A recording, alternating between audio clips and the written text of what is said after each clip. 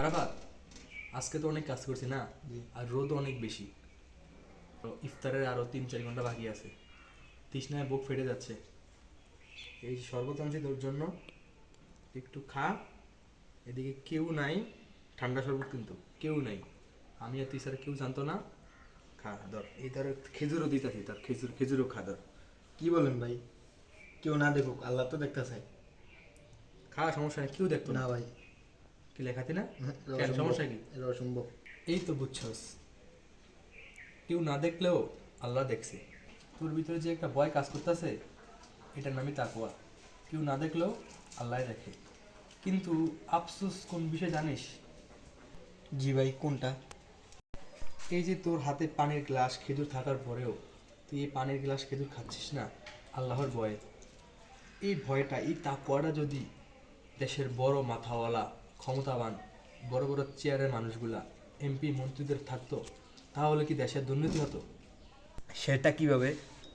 ধর একজন সরকারি চেয়ারম্যান, মেম্বার, এমপি, তাদের কাছে সরকারি বরাদ্দ আসে, গরিবদের জন্য ত্রাণ চাল আসে। তারা একটা সই করলেই লাখ লাখ টাকা তাদের পকেটে ঢুকে যায়। কিন্তু তখন কেন তারা এটা ভাবে না যে আল্লাহ দেখছেন? রমজান মাসে ইফতারির আগে খাইলে যেমন আল্লাহ দেখতেন, তেমনইভাবে আল্লাহ আমাদের এখন দেখছেন। তারা যদি এটা ভাবে, তাহলে আমরা, আমাদের দেশ দুর্নীতি থেকে মুক্তি পাবে এবং মানুষ মানুষের অধিকার ঠিকই বুঝে পাবে। তাই রমজান মাস থেকে আমাদের শিক্ষা নেওয়া উচিত যে যে তাকওয়াটা আমরা 1 মাস ধরে শিখছি, তা আমাদের সারা জীবন অ্যাপ্লাই করা দরকার। ও, সেটাও তো তাদের রমজান মাসের দিনে খাওয়ার মতো হারাম।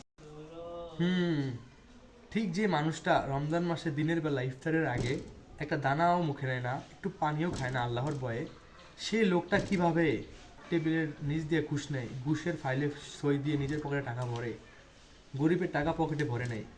সে যদি তখন ভাবতো যে আল্লাহ আমাদের দেখছেন, তাহলে কি সে কাজ করতে পারতো?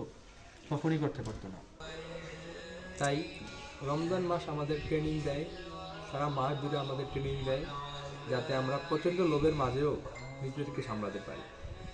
তাই এই ট্রেনিংয়ের মাধ্যমে আমরা যাতে আমাদের বাকি দিনগুলো, বাকি 11টা মাস নিজেদেরকে সামনে রাখি, আল্লাহর প্রতি তাকওয়াবান হই এবং আমল করি, গরিবের হক মেরে না খাই,